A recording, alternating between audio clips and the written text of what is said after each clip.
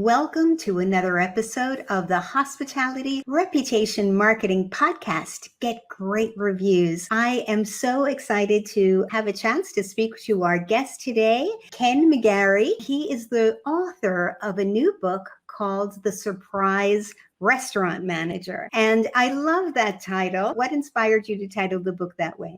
Well, first off, thank you, Adele. I really appreciate you having me here. That's really awesome.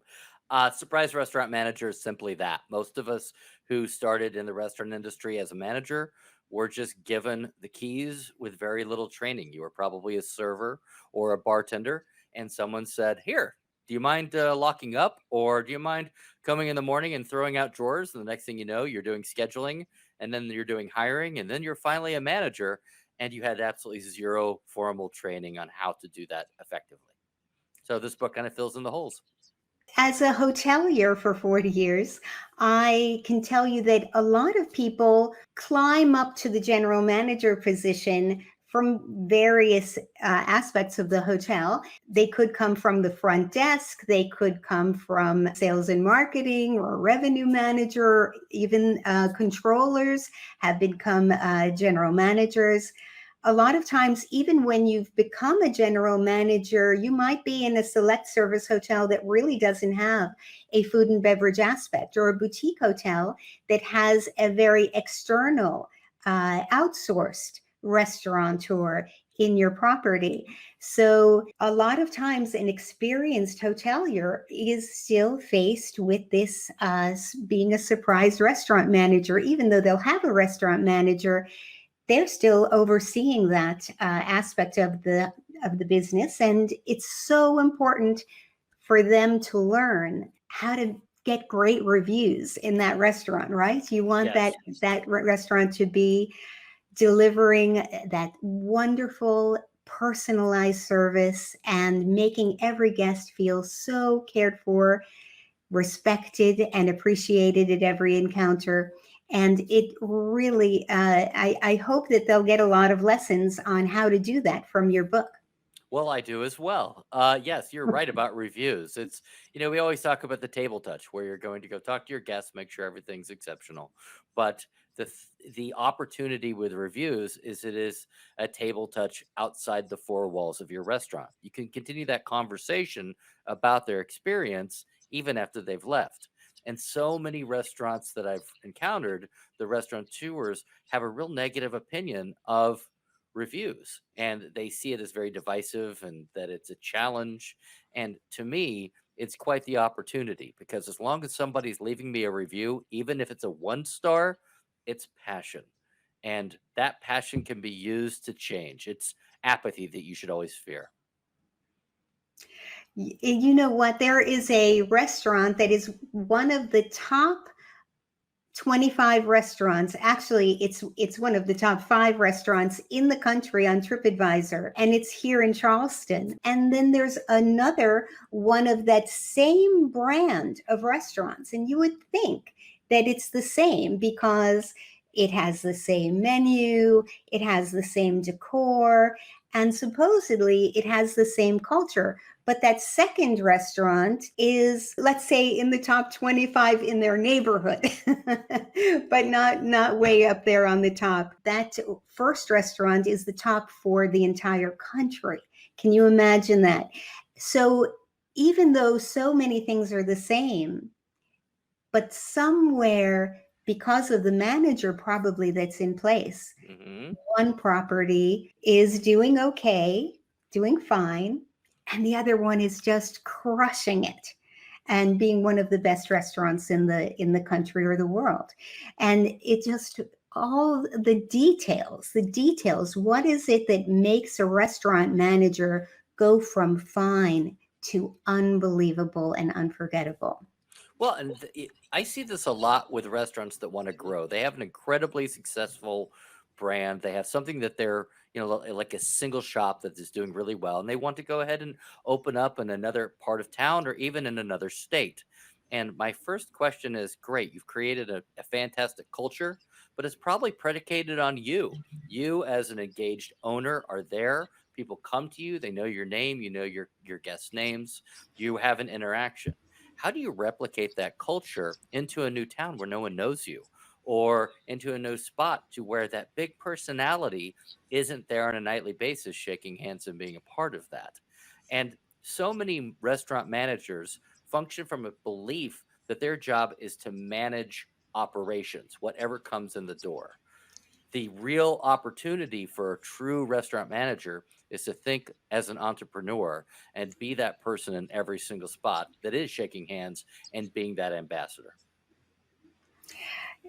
I love what you're saying here, and it's so true. But I do think that you can teach how to develop a good culture. And I think that that skill is just so underutilized by not only hospitality professionals, but any service industry. We're taught the skills of how to manage a efficient operation, but how efficient is it if we're not keeping our guests and making sure that they all leave so happy that they can't wait to share that story with the rest of the world? Do you have some stories of when you've received, let's call it mixed feedback, and how you've embraced it in a positive way and made something positive out of it? Sure. One of my biggest opportunities is always through online reviews. People who leave me 1 star. Because as I mentioned before, that's passion. I've never had the desire or passion to write 4 paragraphs about my experience as at a restaurant. But when people do, that is a level of disappointment that shows that they truly were on your side, but that you let them down. And so I can think of somebody who came in and said that they literally wouldn't serve their steak to their dog, that it was just the most horrid thing that they had ever had. And my response is always to say, I, I am embarrassed by this. I personally I can't believe that you I've even asked to pay for something that you completely did not like or enjoy. And it's no different than if someone comes to your house and they don't enjoy what you're making, you're going to find something, you're not going to let them leave hungry. And the fact that they left your restaurant hungry shows that you lapsed in hospitality. And just by reaching out and having those communications to where you're being genuine and you're saying, I feel terrible. You're not defending, you're not trying to prove that they're wrong. You're saying, I at the end of the day, you had an experience that was disappointing to the point to where it obviously affected you. It affects me as well. Come back as my guest. I would literally love to have you here. I will personally make sure your next experience far exceeds your previous one. And when I've done that, and then when I've allowed that experience to be organic, not me controlling it, but just showing what we as a restaurant can do, not only do those 1 stars turn into 5 stars, but they also return into repeat guests. And to this day, I can walk into places and I have a joke with several of the guests, like, "Hey, you remember that 1 star that you gave me?" And we all laugh and we joke. And they still come now because they realized it was just a level of disappointment that just needed to be met. Yeah, and sometimes they can tell you something that's quite eye opening. You may have had many other people who have had that same issue, but they didn't take the time to tell you about it. They just didn't come back. That's correct. And But that's they what you might have have to. shared that story with others. Exactly. That's I call that the my mom theory because my mom will never complain in a restaurant. She will never tell you that it's wrong. She'll nod her head and say, "Yes, oh yes, it's fantastic." But then she'll go to bridge group and she'll go to church and she'll tell literally everyone that she knows how bad the restaurant was, but she won't tell the restaurant. And so I train managers to notice those nonverbal cues, how they're eating, what are they talking about? Are they having a conversation? What are they discarding? And even when they tell you that it's okay to dig further and say, was it good? Because good's not great, and great is not great is our minimum expectation of your experience. I'm going to take the guess that this wasn't exactly what you wanted. And to me, we need to find something that makes you happier. And as long as you're focusing on that, then you'll have a good recovery rate and truly a better star rating. Absolutely, absolutely. So, what are some tips that you know of in a restaurant that really helps you bring it home every single time to every single guest? What are every server, every chef, every manager has a few things that work like magic to light people up. What are some of your favorites? I think that the biggest aspect is to make sure that you're not absorbing negativity because as a restaurant manager, you spend a lot of time putting out fires. Whether those fires are with your server who feels that they're not being set properly by the host, or a guest who feels that their steak isn't properly prepared, or a kitchen who feels that the servers aren't quick enough in the past, whatever it is, that there's always a level to where you are the generous in between. And it's very, very hard to not go home and feel exhausted and beat up and internalize a lot of that negativity. So I spend a lot of time focusing on taking two steps back, understanding why people actually feel it the way that they do. So if a guest is truly complaining about that steak and saying that they wouldn't feed it to their dog, then you have to wonder. You have to take a step back and say, well, why are they feeling this way? Is it because they feel that they've been targeted and it's just them? Do you feel that it was a price issue? Do they feel that this was a big, maybe it was an occasion or a business meeting that was supposed to be really special and they feel very let down? And then you take another step back, and all you're left with is somebody who feels very out of control. And they feel that their heightened response. And I'm not talking about the people who just say, you know what, this isn't great. It's people who bring aggression to your door. It's instead of meeting that with equal aggression, you should meet it with compassion and empathy because you see that that person just feels out of control. And the same with your staff. If your server doesn't think that they're being set correctly in rotation, then they probably think that the host doesn't like them. And if that's the case, then that has a lot more to do with who they are and how they see themselves than it does with a possible failure in operations. And if you address it from that standpoint, then you're going to address it compassionately instead of with equal aggression. That is so true. And I often find that when I'm listening to someone's negative feedback, if I behave as if, and I'm not acting, I'm really just connecting with it and pulling it from my heart. So it must come out sincere. If I am truly more disappointed by their having a bad experience than they are, then they will be calming me down and say, no, no, I don't want to make too much of it. Don't worry. I understand. It's probably because of this and that. They're calming me down. But if I diminish what they're saying in any way, well, that's just the way it is here, whatever, then the other person will come back even stronger. No, I have to raise my voice now a little bit and punch it up and use more strong language to describe how much I disliked something, Hmm.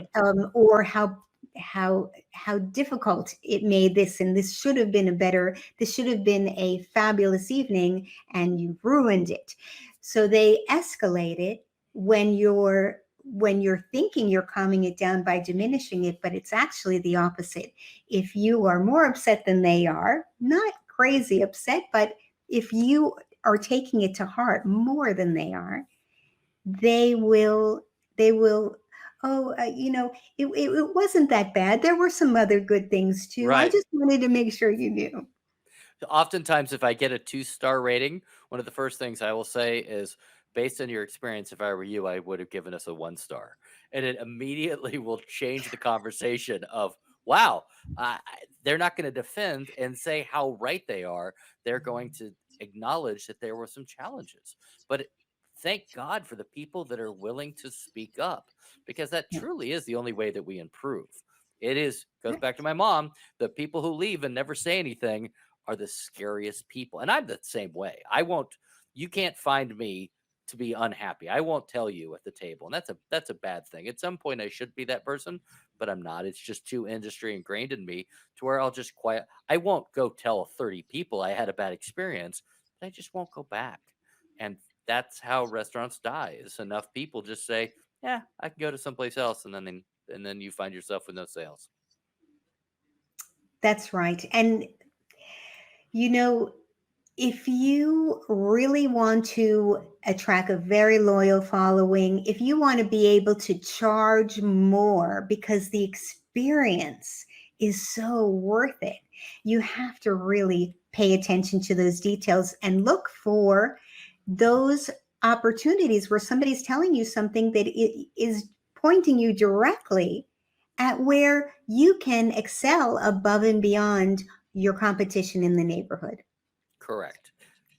There And are always other choices to go to. And sometimes they're pointing out things that they're wrong. And that's a reality. Is some of the reviews that you receive are completely baseless and they're incorrect in their assumptions. But you can't defend. You can't It's not a learning lesson. If you try to tell somebody that they're wrong, you're never going to win. And one of the big tips is don't ever mention the star rating. So many freshman managers make the mistake of saying, well, it's a 1-star experience. I really want to make it a 5-star experience, which translates very specifically to the reviewer. Oh, you gave us a 1-star. I want a 5-star. And it reduces it to the star rating and not the experience. So if you don't defend and if you don't talk about the review, I've had so many people who have told me, you know what, I'll come back, but I'm not going to change my initial review. And my response to them is, great, I don't want you to. That's a reflection of your first. Let's go ahead and see what it looks like for your subsequent. But one of the good things about Yelp is once you Yelp at a 1-star and then you go back to update, it just goes right up on the top and that 1-star turns to a 5. And that's great because it accomplishes both making a better experience for the guest as well as improving your star rating. When you have a negative review, now you have your team in front of you. Mm-hmm. How do you keep their energy high and strong? Do you have pre-shift meetings? Sure, absolutely. And in those pre-shift meetings, if there's something where someone has been celebrated positively, then I'll call them out. Oh, Becky got it this, and we celebrate Becky. We'll buy her dinner. We'll do some bottle of wine. We will recognize that someone got accolades and kudos on social media, and that's amazing.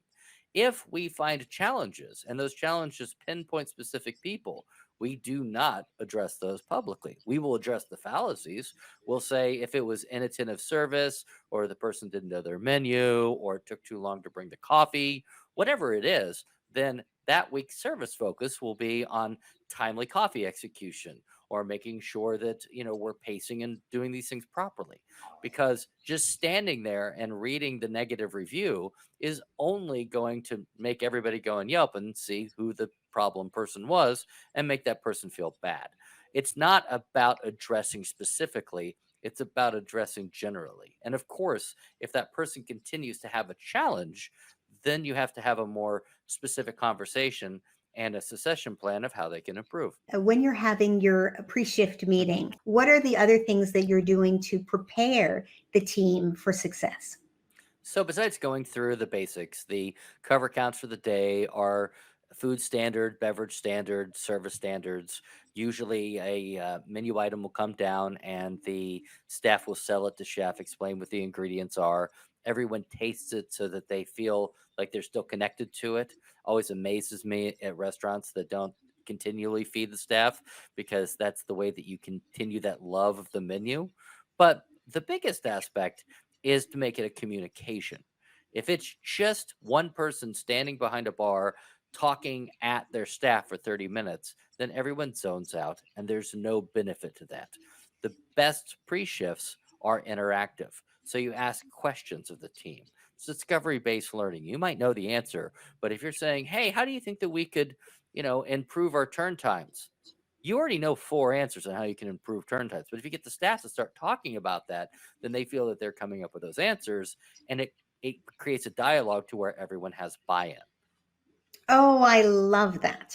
I think that that's so important, especially today when we have a labor shortage. It can be tough to keep staff. Mhm. And if they don't feel appreciated for their intellect and expertise they're bringing to the table, if they don't feel included and part of a joint effort to achieve excellence, if they don't feel that they're on a winning team that is really working hard together, they don't feel it creatively expressed. it's tough to keep them excited, don't you think? I would completely agree. I will tell you that there's a line that I use even in my job posts, which is, we hire adults and treat you as such. Because title has very little to do with importance. It has to do with responsibility. And very quickly, if I want to know how to be the best server, I'm not going to look to myself. I'm going to look to the serving team. And that's why I even go so far as to, when we're hiring more servers, to include the serving team in on that communication and that conversation with possible new recruits. Same with bartenders, same with everybody else. Because if you're in a collective to where all the bartenders say, hey, I really think that this person's going to do well, and they've had the opportunity to stage, work with them, even sit in on the interview process, then if that person has a challenge, they're going to be a lot more invested to help them out, because they were part of the decision to bring them on board, which is so different than a manager just hiring somebody and sticking him back behind the bar, and then everyone going, who hired Todd? Todd is terrible. This guy's horrible. But when everyone has a part, then everyone feels like that they are a part of the solution. You can also feel the difference when the group is really working together as a team to take care of the guests, and not just, that's their job, this is my job. I mean, everybody sure has their role to play, but if they're also serving each other and helping each other towards a joint goal, it seems to make such a difference. So it's wonderful to create that team spirit right from the beginning. Yep. And I mean, restaurants are a creative environment, creative chefs, creative bartenders, creative. And so when you dealing with creative people, the first thing you do is find creativity, and then you get out of their way. Because if you try to manage their creativity, you're only stifling their ability to maybe elevate far beyond than what you have the capacity to direct. I love it. Well, thank you so much.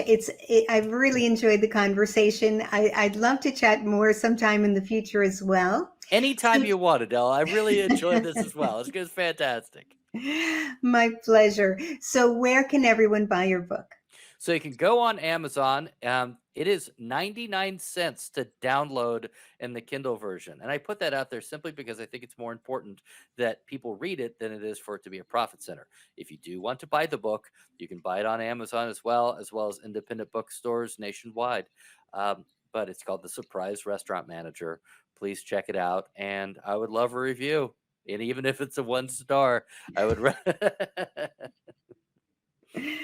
Wonderful. Thank you so much, Ken. It's been a joy Absolutely. talking to you. You And as well. I'm sure everybody is going to be very inspired by the book. And I can't wait to read it myself. I hope you have it on audio one day so I We can do. listen to it We again. Oh, I wonderful. do. I actually have it on Okay. audio. Chef Fabio Viviani does the forward, and yes, it is available on audible.com. Perfect. I'm there. Thank you All right. so much, Ken. See you again soon. Thank you so much. Wasn't that a great conversation? I hope it inspired you as much as it inspired me. I hope you're all enjoying the Hospitality Reputation Marketing podcast, and I hope that you feel that it's contributing to your ability and your excitement at the prospect of getting great reviews. Don't forget to like, comment, share, and subscribe so you don't miss another episode. Thank you so much. I wish you a great day, and I hope your tomorrows are showered in great reviews.